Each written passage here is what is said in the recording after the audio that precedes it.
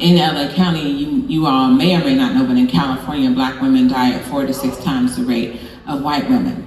Well, in places like New York and Georgia, it can be 11 to 12 times the rate of white women. Our daily lives are sort of compounded with racist experiences, from our transportation to our neighborhoods, to our jobs, to our foods, to our exercise regimen, name it. Because you're incarcerated does not mean that you can't make the decision how your baby is going to be born into this world. It always baffles me how people can say Black folks are inhumane, or they have said we're substandard, but you allowed somebody to nurse your children. Hey you guys, so we're off to another event this morning, this time with the social workers. So I'm so excited to be a speaker this morning, and we'll see how the days go. I'm expecting a great day today. Thank you guys for joining us. We understand that many are still grappling with fully comprehending how racism impacts the lives of Black people.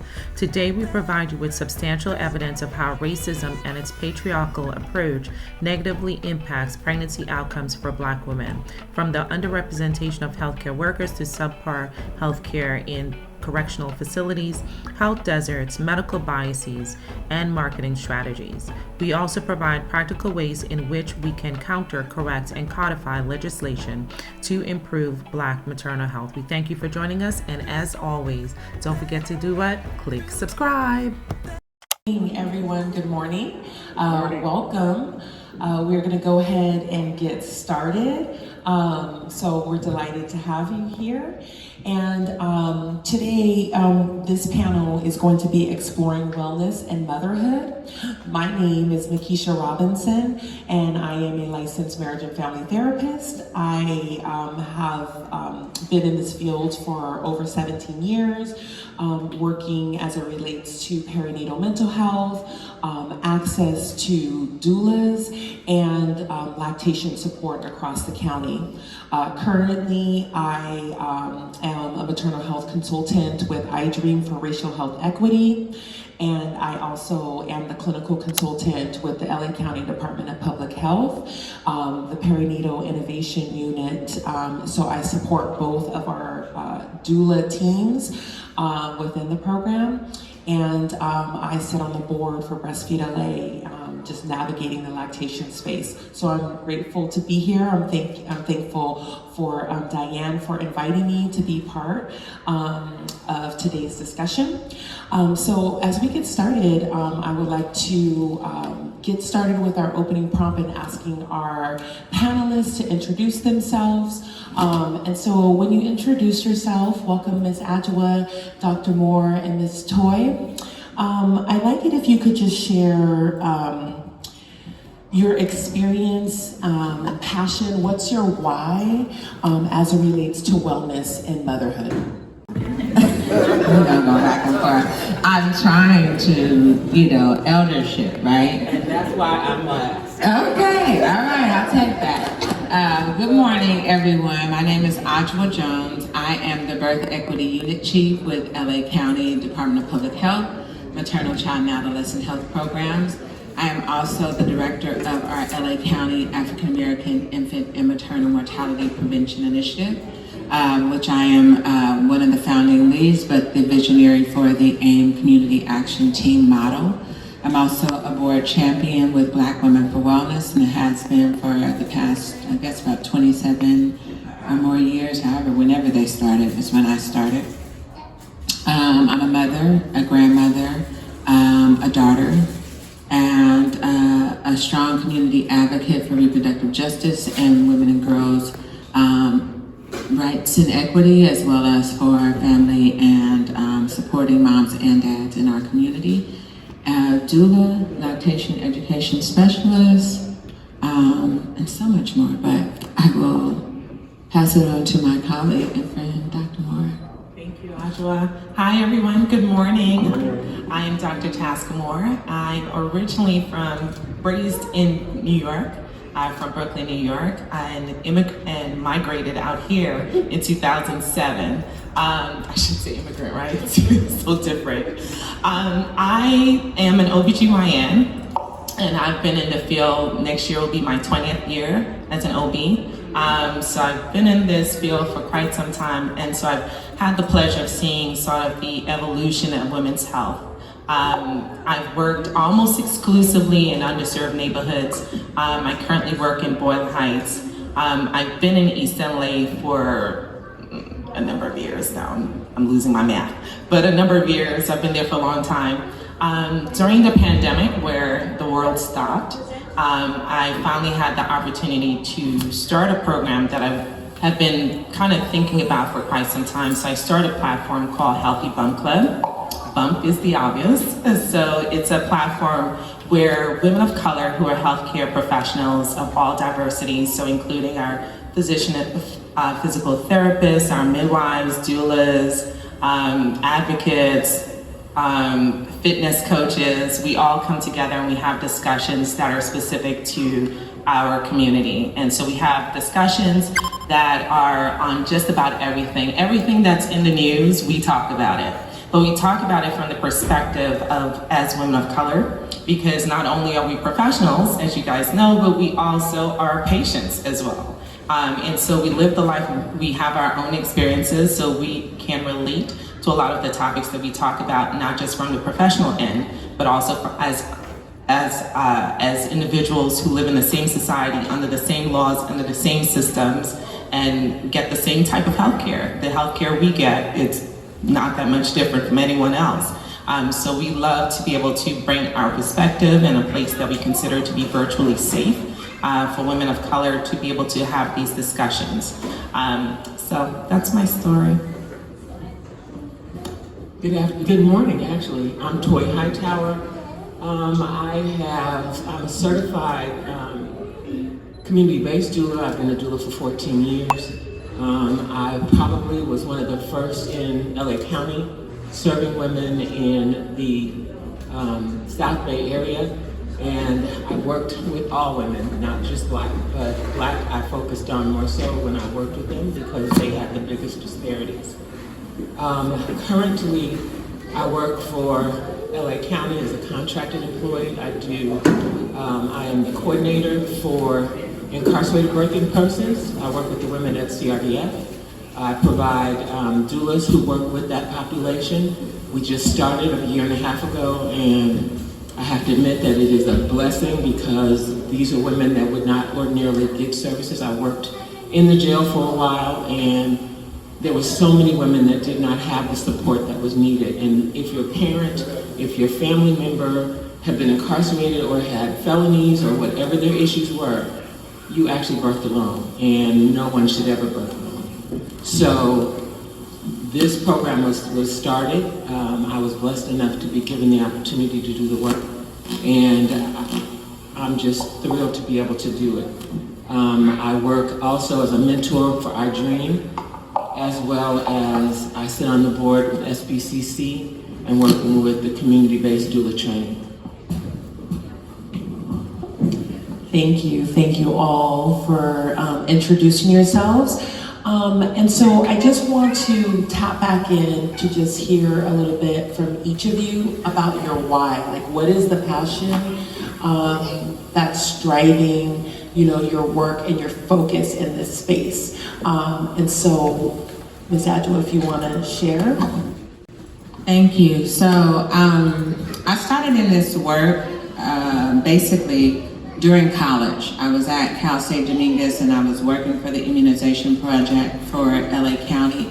And I came across a nurse, Delilah Crenshaw, who met me and said, I think you'd be ideal for this new program we're starting with Great Beginnings for Black Babies. It is the first Black infant health program that ever came to LA County, and we started at Inglewood Healthy Mothers and Babies, partnering with Daniel Freeman to address the issue of preterm birth, low birth weight, and Black infant mortality. And so that was in about 91, 92. So I was excited to start with them as a community health worker and then become their perinatal health educator after getting my bachelor's of science in health science. And at the time, I don't know, it's a few of you that might remember, there used to be a billboard at Crenshaw and King, and it had it was like the depiction of a mother's womb, and attached to the baby was had a 40 ounce attached to his mouth. So it was driving the imaging around substance abuse, around if you drink, your baby drinks. The same, we were really pushing out smoking and the impacts of drugs on the body. And so a lot of that was really focused on what Black women were doing wrong. But our goal then was really to get Black women into early prenatal care in their first trimester. So we were addressing the high rates of infant mortality. But as time went on and I went to other projects of work in and around LA County with Department of Health Services and Public Health, I saw that we had not in our county reduced the infant mortality rate even by a halfway point. And so in 2017, I started working with health services on a program called Whole Person Care, and I had the autonomy to be able to develop a community action team. And one of the areas of focus was high-risk maternal, and no one was working on it. And we had homelessness, and we had anti-recidivism project, and we had mental health, all these various coalitions, but we didn't have a coalition around infant or maternal mortality. At the same time, in our nation, we were seeing the high rates of maternal deaths. And in LA County, you all may or may not know, but in California, Black women die at 4 to 6 times the rate of white women. Well, in places like New York and Georgia, it can be 11 to 12 times the rate of white women. And so since this was happening, I decided that we would establish a African-American infant and maternal mortality community action team in South LA, South Bay, that would bring community and government together in a partnership to address this issue, to identify the gaps in services and resources, and address those who had lived experiences, bringing them into the full conversation that include moms and dads and doulas and midwives and nurses and physicians and community leaders as well as public health officials into this conversation. And so Dr. Ferrer coming to LA County was the first public health leader that I had heard in my at that time 20-something years say that racism was one of the leading causes. We were able to really address what has happened to the descendants of the African slave here in America in the past 400 years. And to really push out that we wanted to have Black women up front and leading. We would bring fathers into the conversation because none of us are birthing without some male involvement. Even if folks are in same-sex marriages or relationships, you still need a male to create, right? So, to procreate. So at any rate. For now. The science is changing. Listen, we're not even gonna touch that because, what you will get out of trying to change God's, dynamics, I don't know what we're gonna get, but hey, people will do what they do.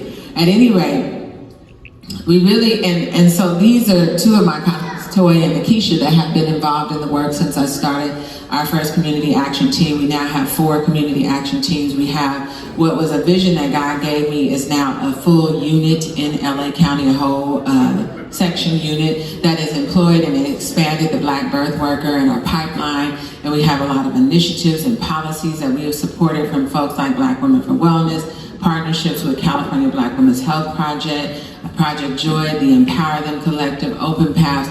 So we've really been able to have partnerships even with the Association of Black Women's Physicians and even have a fatherhood engagement unit, right? And so these are some of the things that just that vision and thought has created. And then also to be able to really have the conversations with Black families, providing them free doula services, working with midwives, having supported Kindred Space LA, which is one of the first birthing spaces, Black birthing spaces here, a birth center in South Central Los Angeles, and now they're going to expand to Antelope Valley. So my why was I didn't want to see Black mamas and babies dying any longer. I didn't want the statistics of 4,000 Black babies that die before their first birthday annually in this here America that nobody talks about.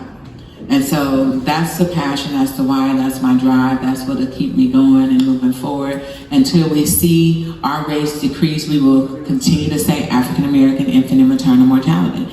Until we can just, everyone, we reduce the rate so much that it is just infant mortality. Addressing morbidity for infants and moms as well. So I'll stop there. Thank you. That was really powerful. Dr. Moore, I'd like to see if you would share a little bit about us around how has Black maternal wellness, in your opinion, and your work changed in the last 5 years? So in the last 5 years, I would say that just even the exposure to the information, I will take you back a little bit in my history. So I started pretty much at the beginning of my career doing missionary work. So I've been traveling around the world for quite a number of years, and the statistic became known to me as a result of me preparing to go to other countries, thinking, let me see what the statistic looked like in terms of maternal mortality, so that I can prepare and understand what the needs of each country is and what the culture is like. In my preparation work, in the very beginning, I became really stunned because it's not something that's really talked about. Even in our medical school education, it's pretty much just focused on the basics, but there's really no discussion about population health, epidemiology from that perspective, looking at racial disparities. And so that work I did on my own. As a result of being stunned by the statistics and realizing some of the developing countries that I was going to actually had better statistics than the US was really astonishing to me. And heartbreaking, because this is where I'm raised. I'm born in the Caribbean, so I also am coming from a developing country that has horrible healthcare. So for me, that's where my passion comes from. And it's also where my passion for health comes from, and for health and wellness comes from, because our culture is so filled with good eating, growing our own crops, exercising, walking up the hills to just even go to school. And so that was a part of my culture, and that kind of helped to marry sort of my focus in healthcare. And so as the years progressed, I became a health coach intentionally, because a lot of that information, again, if you don't do it as an elective, you really just don't get that information. Like, how do we help people eat healthy? What are the disparities that lead to health? Because it's one thing to tell a patient to exercise and to eat well, but they don't have the resources or access to do so. So looking at it also just from the disparity lens, where we're able to not just provide information, but help to reduce some of the social barriers that prevent women from being able to obtain their optimal health. So for me, it just became a passion, a natural sort of collision of different aspects of my life, traveling around the world. And because in other countries also, it's not so easy as to give medication, right? Because you can give, most of the time when we have nonprofits that support us, we have medications for maybe 6 months or maybe a year at most. So what really is life-changing is not really the medications, but giving people the empowerment of information on knowing how to eat that's specific to their culture. So that became just sort of a natural evolution of my own style of medicine, is to really understand cultures, because I have to as I travel, and then be able to apply, okay, what do they have access to? What can they do that's reasonable, that's actually attainable for them to be able to be healthy? So over the years, I love the fact that we are growing in these beautiful communities. I mean, evidence is where we are right now. We were just having a conversation about the existence of a facility like this, where people can come together, our culture, our communities can come together in these safe spaces and have access to health fitness coaches that look like us, that are us. So we have that understanding of what our community needs. We speak the same language, we have the same cultures, and we're able to have these amazing spaces. This, Walk Good, name it, around LA, they're popping up and they're growing. And even outside of these sort of formal structures, you're seeing all these communities that are developing that do yoga in the park, or are coming together to do sound baths and releasing some of the stress that we deal with on a daily basis. Adjoa spoke about the effect of racism on maternal health care, and the fact that our daily lives are sort of compounded with racist experiences, from our transportation to our neighborhoods to our jobs to our foods to our exercise regimen, name it. So it's really important to have these spaces where we can then control the effect of stress, because that's really what happens. It's the chronic stress, and we're not meant to live with chronic stress. We're meant to have acute stress, reset, and then be able to go on with life. But for us, our story is different. We live every day under just enormous amount of stress.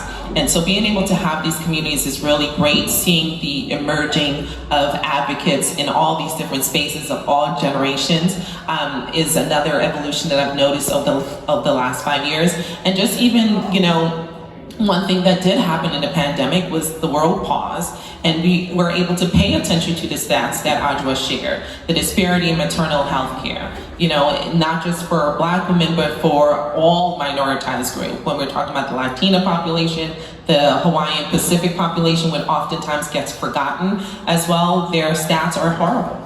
So we were able to stop and then have these conversations so we can be at events like today. And so that, I think, is a great progress, and I expect to see even more. Thank you for that, Dr. Moore. I think that that's really important to, extend and think about how this impacts Black maternal wellness, but really how there's even other groups as well that sometimes aren't even on the chart, right? Because they say that their population is so small. So these kinds of conversations and this work really impacts all groups, right? And so when we open the door to improve Black maternal wellness and for families, then we're really opening that door to support others. Ms. Choi, can you share with us a little bit from the birth workers' perspective what you have seen as it relates to maternal wellness in this space in the past 5 years, and potentially what that might look like in the future? Until I think 2017, I went to work for LA County, working specifically with the population of pregnant women.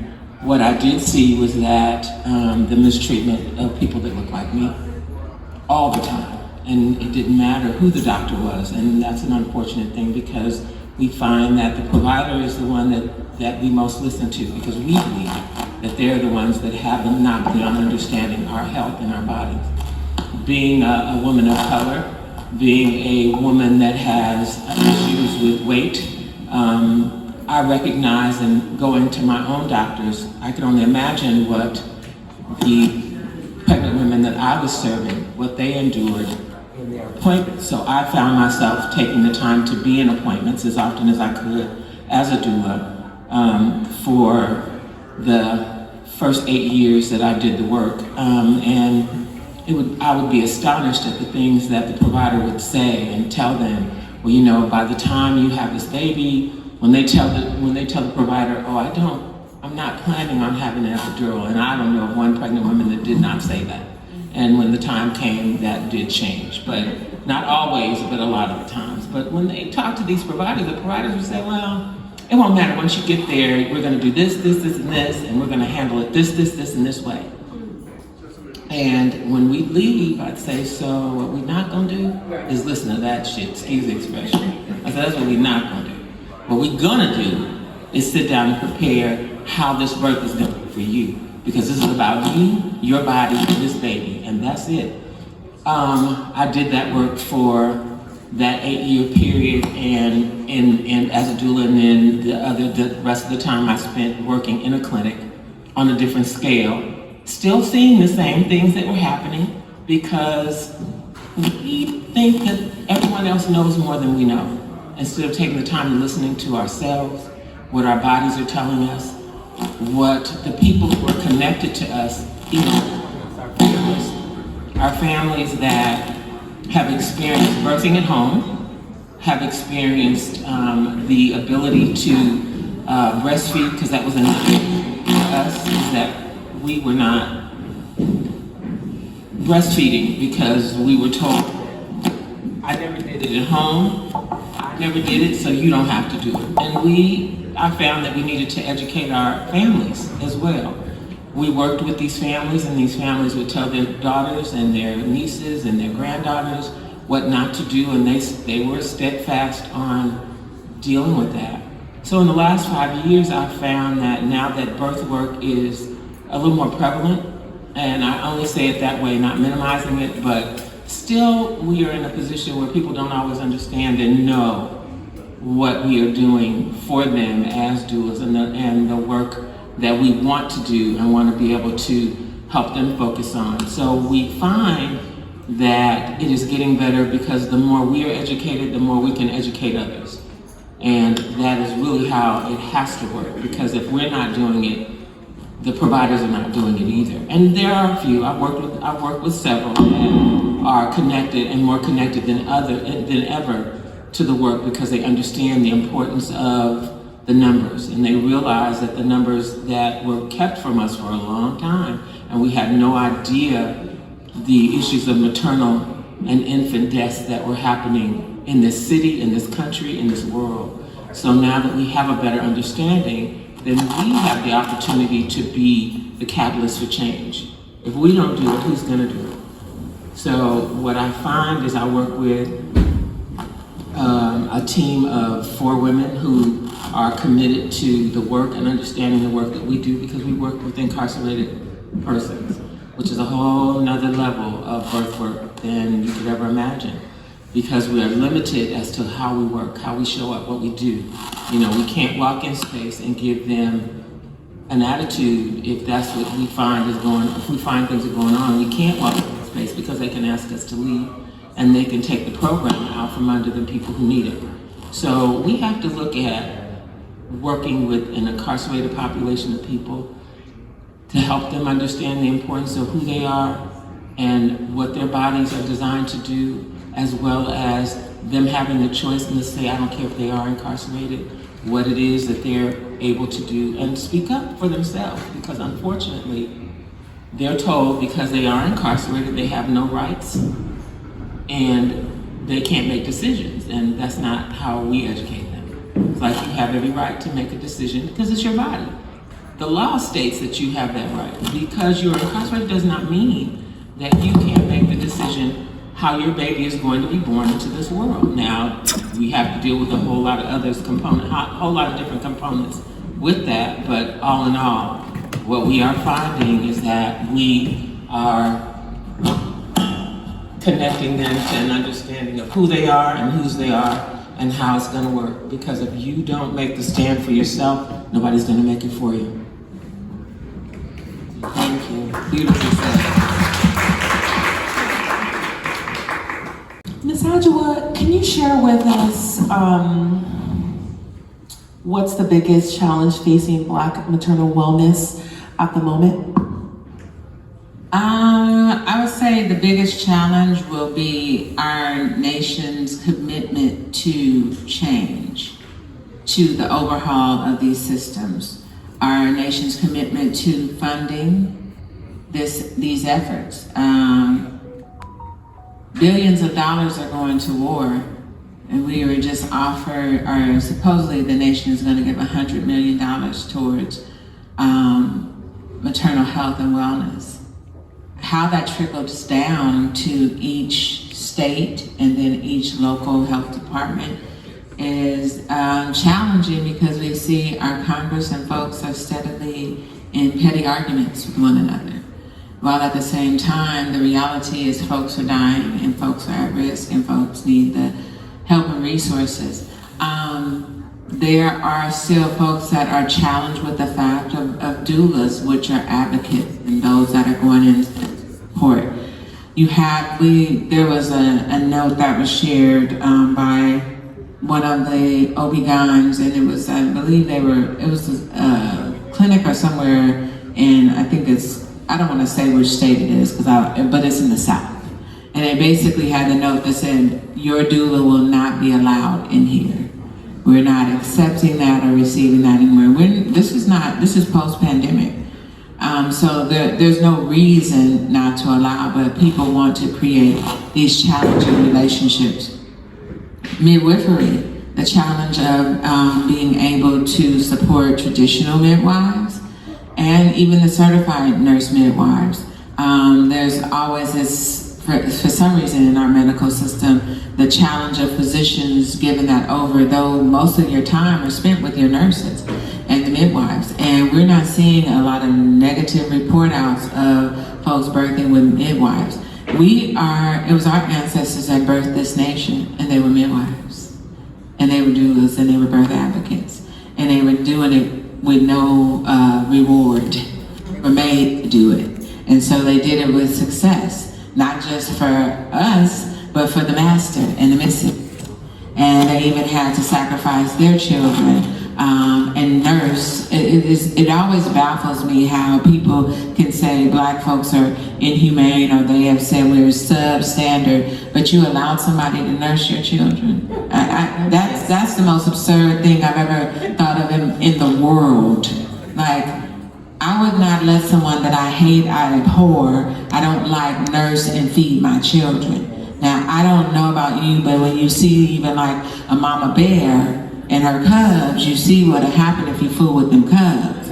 You see that an elephant has a memory that will find you in a whole nother town over and come and hurt you if you've done something to, their babies. So it's abnormal to think that Black folks don't have that type of concern and care for their own children.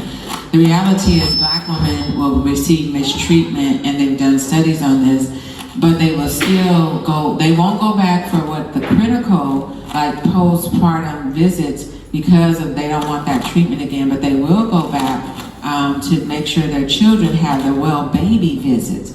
And so we have to acknowledge that we have been a system that have failed Black people. We have to also have other people and other minorities not fight against the grain, because it was our ancestors that made it possible for many folks to come over here and receive the benefits and reward. When affirmative action was good, and after the civil rights and everything, and it worked for everybody, that was cool. Now that folks feel like they have attained, then Black folks need to take the back seat. Well, that's not true. And so a lot of times when people talk about BIPOC and they say, well, we're going to give the services, it's going to support BIPOC. I say, please take Black people out of that, because you're not talking about us. We're going to get the last of the last if you add us to that. Please realize that we're talking about, we have been suffering far too long in this nation. And right now we're still the minority. So if we fix it for us, we fix it actually for all. So when we went out supporting doula bills and board policy in SB 65, which was the California Omnibus, it didn't just say that Black folks would get free doula services. It said that all receiving Medi-Cal would receive doula services if they wanted it, a free doula, are covered under Medi-Cal. We're doing the same as we try to work with health plans to do that. So it is not wrong to support those who are the highest at risk, whether it's here in birthing, whether it's we have the highest rates of cancer, we have the highest rates of hypertension, we have the highest rates of diabetes, we have the highest rates of being unhoused, we have the highest rates of mental health issues. I mean, why not support those who are most impacted, because it still spreads to the rest of the world. And so right now what we're looking at is the need for maternal mental health and wellness, the resources to be applied there. So if you all don't listen, folks are talking about sit out, don't listen to Cardi B. If she sits out this vote, shame on her. Project 2025 is real. You'll see Jasmine, she was talking to the man, and he was very sincere in how they want to make these laws change, and he didn't feel not a bit of shame about what policies they're putting in place. So while we're watching Drake and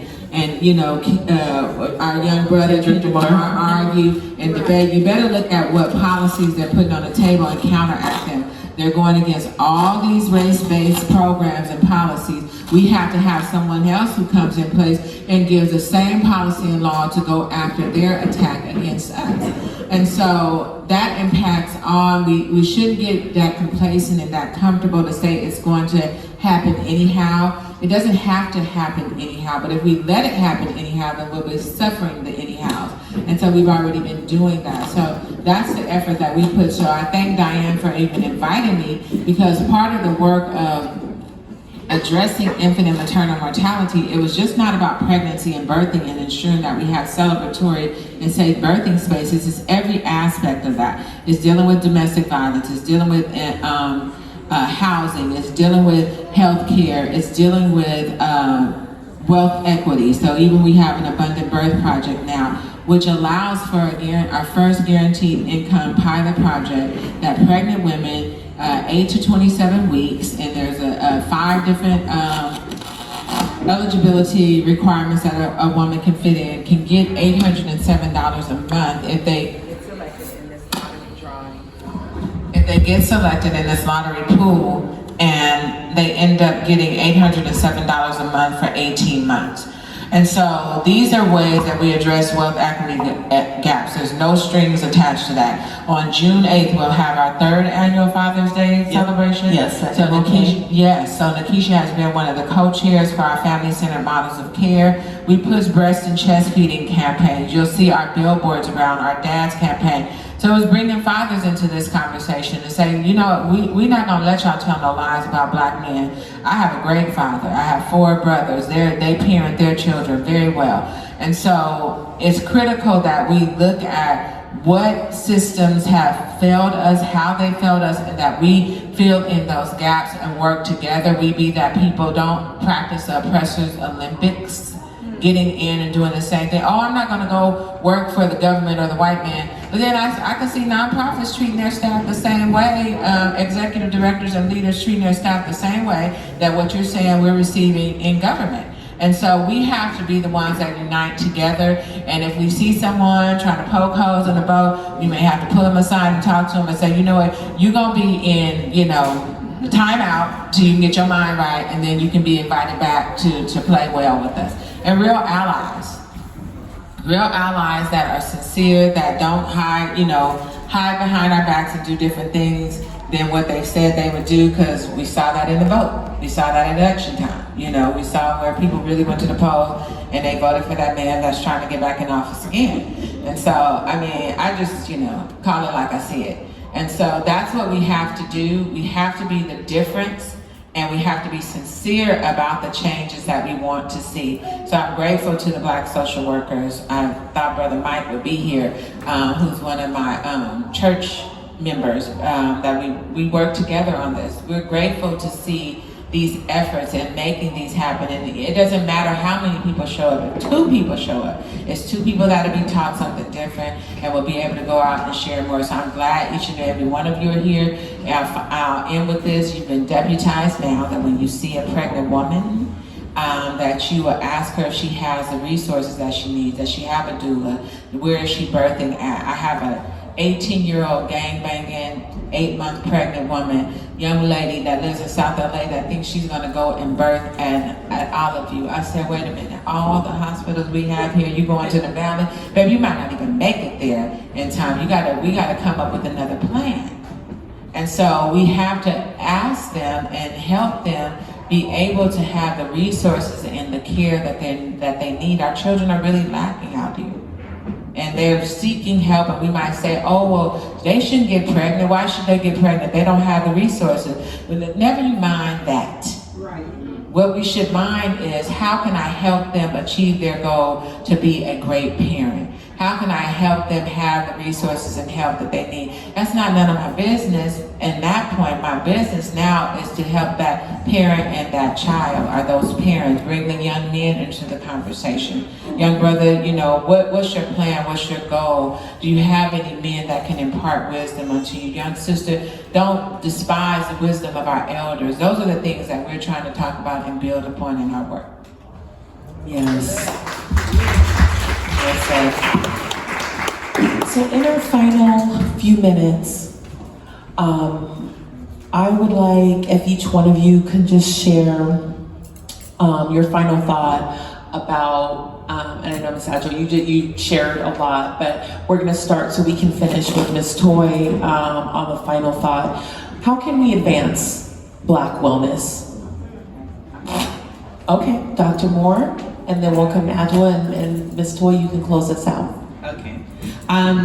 Thank you all for having me, by the way. I didn't get a chance to say that. To Adjoa's point, also before I forget, there's actually a 2013 study by the CDC that shows that Black men are the most involved fathers in the day-to-day activity of their children. So that's been known for a very long time, but you won't necessarily hear that in the media or in our social platforms. I love the fact that one of the things that I'll speak from the medical end, because I think Adjoa did a great job of summarizing what's going on social politically. One of the things that we are learning is really the impact of preconception health. And so for me, one of the goals that we're doing in our office is really getting women into the office and being intentional about pregnancy, getting the information they need to be able to say, okay, this is the size of the family I want, and this is the age I want to start to have children.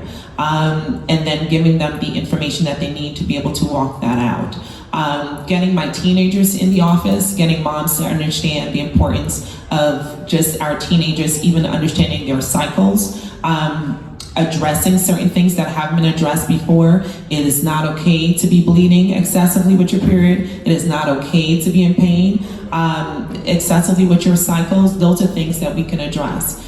Studies have shown that the chronic anemia resulting from excessive bleeding does impact a woman's productivity. So if we want to talk socially, it does result in the numbers and money, which is what our system likes, right? We know that Black women and Black men are some of the most productive being in the population. So it's actually in the system's benefit to make sure that we're doing well. So I start from my teenagers, and then in the office when we do our prenatal care, our moms are very much involved in their health, in giving feedback, what's working for you, what's not working for you, instead of looking at numbers, looking at the individual and having the individual assess their own health. What are my challenges? What can I change? What am I empowered to change? So I have great conversations with patients in the office about, what is your health been like since the last time we saw each other? What has changed? What is blocking you? What is your barrier?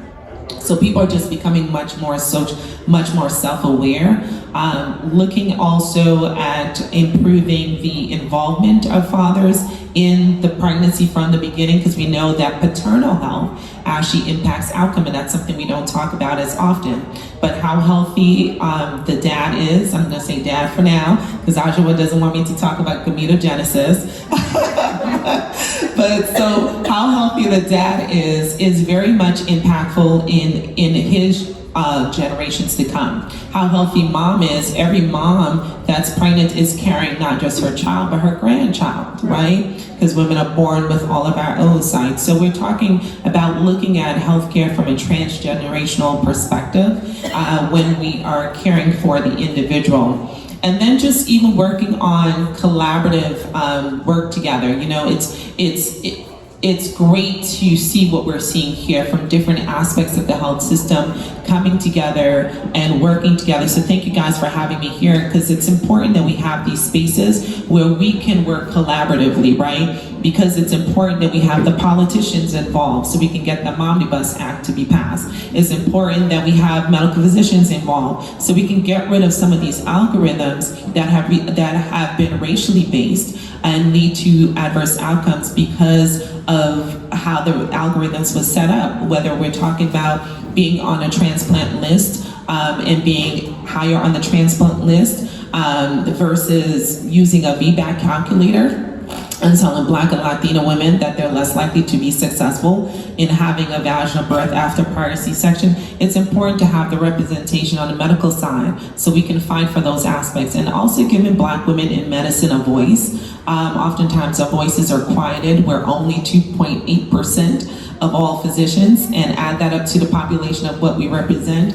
we're definitely underrepresented. And the disparities that you see in the system, medicine is no different. We encounter lots of challenges. So giving Black women the opportunity and Black men the opportunity in medicine to be on the boards that are having these discussions, to be in leadership positions, to be a voice where we can give feedback, and And then also making sure that when we see these fundings happening, and we have this women's health research initiative with the White House, that our concerns are on the list. That conditions that affect us disproportionately are being considered.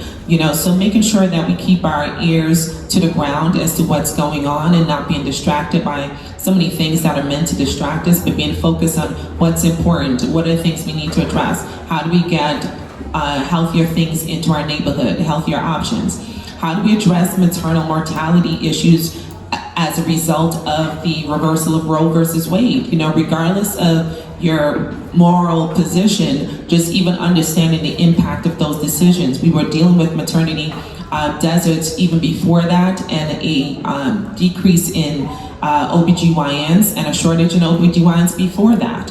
So now after that decision, what has happened is now we've increased and magnified those maternal deserts, right? Because now we have healthcare providers who are moving out of communities because they're fearful of being arrested, of being fined. And so now who is going to be more likely impacted by those decisions? Our communities. So making sure that we're doing the math, that equals this. And the only way that's going to happen is if we have conversations like this. And as to echo what Adjoa was saying, when we win, everyone wins. Absolutely. Thank you. Thank you, Dr. Moore. Y'all give her a real round of applause. Because she's out here doing the work and making sure and having, not only doing the work in the clinic and hospital setting, but she does have her social media platform and space where she really is taking the time through her Healthy Bump Club to really talk to women and ask the questions that they often don't have the time, or the physicians can't make the time, because you go in and you get you better hope you can get a full 10 minutes, maybe 15. You're lucky if you get a good 5 or 7 if you don't have all your notes and stuff ready. So thank you for that. I won't go down that road that she was about to take me on, because all I heard with Roe v. Wade was the responsibility of women. All I heard with the overturn and the maternity deserts is the responsibility of women. And women, maybe there should be some policy where the men are responsible, because nobody got pregnant on their own. So if you did not, I'm just talking reality here, there's a responsibility that is all on us, it's incumbent on us to not get pregnant, to not have an abortion, to carry the whole term, to not have a miscarriage or mistake that could be considered a criminal act if you actually had a miscarriage or stillbirth, and yet you're taking these hospitals and clinics away and then holding women totally liable. Something is wrong. You talked about the math, that ain't mathing. Anywho, I'm just saying, that's basic, simple common sense to me. It's all incumbent on us.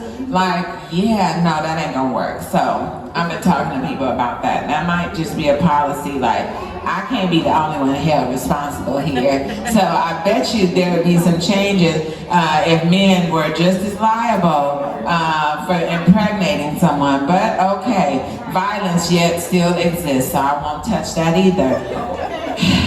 Anywho, I'll just be quick. Healthy conversations need to happen, just like this. So in order for us to do better, we have to have healthy conversations and dialogue that end in a common thread of we're looking for some healthy outcomes. We plan to have results. We're not just meeting to meet. Folks know that if you get with me and we're having a meeting, it is because we're about to take some action. And so I don't mean just to meet. We need to get more churches involved. Folks are showing up there, and then some have left the churches, but we have to have the conversation to say, hey, here are the resources. Or we have all these churches in our community that have been sitting vacant. Let us have some space there for these types of meetings and action. Folks need to be housed. Folks need to have, there's some midwives that are offering free clinics because they know it's difficult for folks to get into service and access. And so also learning about advocacy. There's advocacy tools so folks know what their birthing rights are, like Toy talked about a birth plan. It's important to have a birth plan and not have someone just change it when it's not medically necessary. So we have those conversations to talk about what is medically necessary.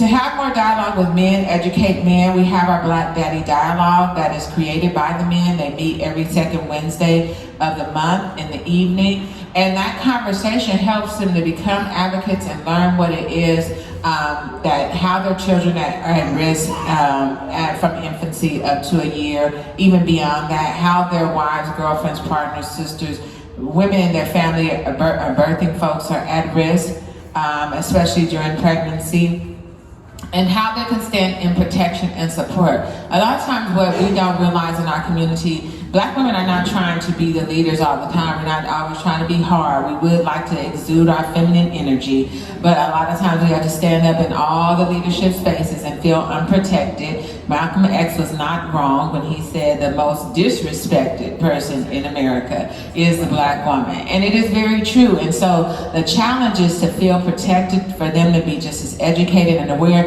and that we do the protection mode too with our men and our babies. And so, but again, having them in that space and place of leadership is critical and important. And I'll end with just saying more physicians, more physicians. Thank you. More physicians. Thank you. So, Ms. Toy, can you take us home the next minute or two with the final thought on what we can do to advance Black maternal wellness? Education and connection. Make sure you connect each person that you've seen that's pregnant, a dad that knows that he has a pregnant person in his life and she's not necessarily doing what she needs to do, but education is the key, connection is the key, and we have to work with each other. It can't be aside and separate, it can't be a silo here, a silo here, and a silo here. We work in silos way too much. We are developing programs all the time, but no one's ever connected to the programs we develop. And we have to work smarter, not harder. We're not working as smart as we can and as we should. We spend a lot of time having our own self-hate and not wanting to make the connections that we need to make with one another. I don't like her. Well, I may not. But if she got what I need, I'm gonna deal with what I've got to deal with. Because that's just how life is supposed to be. And we spend a lot of time with a lot of nonsense about who we don't like, what we don't know, what they don't know, who shot John, all that BS. And we have to work on that. We have to work on being better as a people, because we were designed as by divine design to hate each other. We can't keep it up because it's making our community suffer. From slavery until now, we're still struggling with having healthy families, having healthy babies, having healthy men and women, both emotionally and physically. And there's a whole lot we need to do together and not separate. This is not separatism. This is united. And we have to unite one another. We spend a lot of time with nonsense, and we see it all the time. We work together, and when we work together in organizations, I've seen some of the worst Black organizations, even as bad as the white ones. You know, and I say when we talk about nonprofit, I worked at a nonprofit that had the worst executive director ever. And it finally hit me that 90% of the people who become executive directors, and I'm not saying all, but 90% of the ones that I know are executive directors because they can't work for anybody else. Because they're just as crazy as they want to be. And they take that crazy to everybody else, and nobody has time for it. So all I'm saying is we as individuals need to connect to each other, because that's what we have, is each other. The color of our skin binds us by leaps and bounds, no matter what we say, think, or feel. We are all of us, as light as we can get, as dark as we can get. We are all from the Africas and throughout that country. And as today is the day of Pentecost, which Pentecost is the day where we were separated, and it's a day of celebration, but we all came together in understanding that as in different places, languages, races, we still are connected by Africa. And we, as people who look like us, need to be better connected to each other. Because that's one of our greatest disparities, is that we are not connected to each other. We spend a whole lot of time fighting and continuing to keep it going. So we have to do better in order to be Black.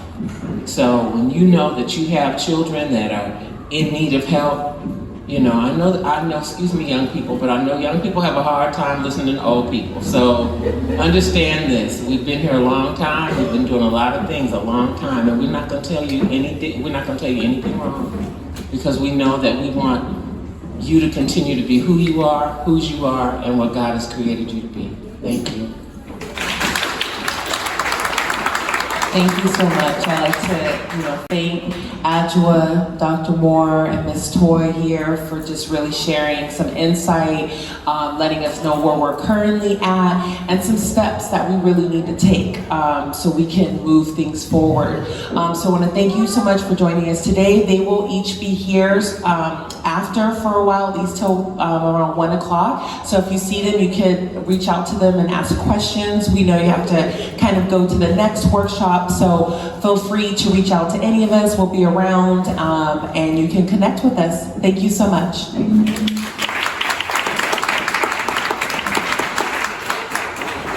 Hey you guys, this is Dr. T. Just wanted to say thank you to the Association of Black Social Workers for Greater Los Angeles. We had an amazing time today. I know I learned a few things. Hope you guys did as well. And as always, I am the hand behind the handle of Healthy Bum Club right here on YouTube and healthybum.club on Instagram. And we hope to see you guys when the next episode. Yeah.